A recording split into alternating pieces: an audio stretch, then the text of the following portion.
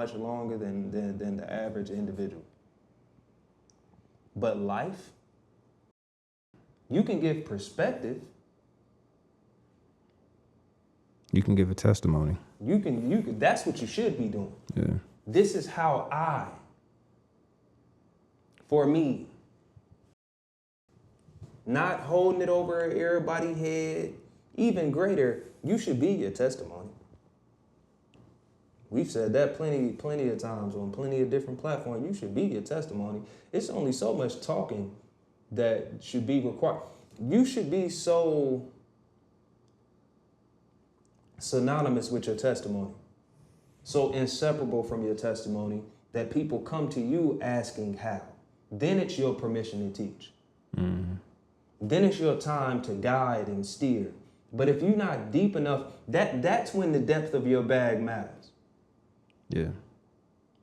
The depth of your bag matters when you're talking about your testimony, because that's the wisdom Cousin Kenny is talking about. Have I chewed on what I've gone through long enough to testify, to be my testimony, to know different, to be different, and to actually be so different that other people can identify? We talked about the gym. Being my testimony. Testimony, I want to gain more definition in my lats. I want to gain more core strength. I know muscle ups are a great way to do that. Testimony.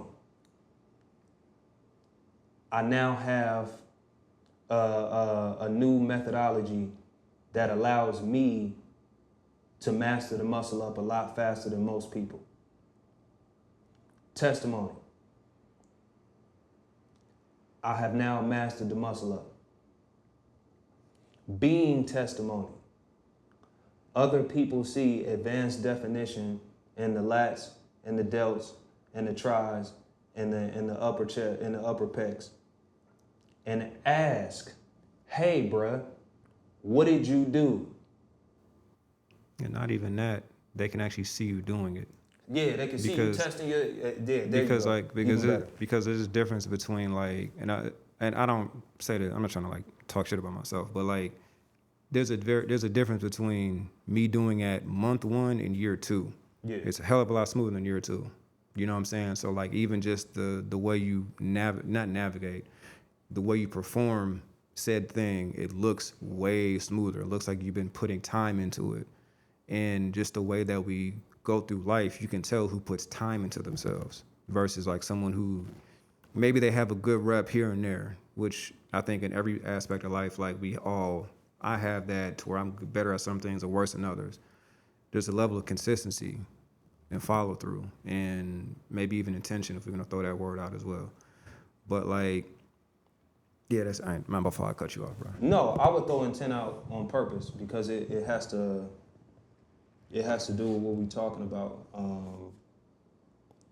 The intent going in, I think, has a lot to do with the testimony coming out. Yeah. I think that's fair to say. Like, yeah. And I think the intent shows in the being of the testimony. Like other people see that I'm not in here for vanity. Like I'm really working. You know what I'm saying? Like I'm not in here taking pictures. I'm not in here like when I'm in the gym, I'm really in the gym. And this is not shitting on like gym content creators. Don't lose the metaphor. It goes back, the intent goes back to this part of the question. Is the growth about you or is it about them? That's where intent absolutely becomes important. Am I creating this new methodology because I want to do more muscle ups than the person next to me? Or am I creating this methodology because I want to do muscle ups and consequently help others? You know what I'm saying? If it works for me, if I sit with it long enough, I can learn how to tweak it. Then I can, because that's the thing too. In the process of learning, the highest form of learning, even after mastery, is manipulation, is recreation, right? Your ability to take these principles, these ideas, these laws, and bend them.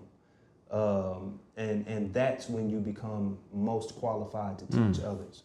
When I've gotten this idea down so much that I can now effectively violate the law in order to push it further, that's when I can teach. I know the law enough at that point that I can go off and tell somebody else because I can break it down 360 degrees.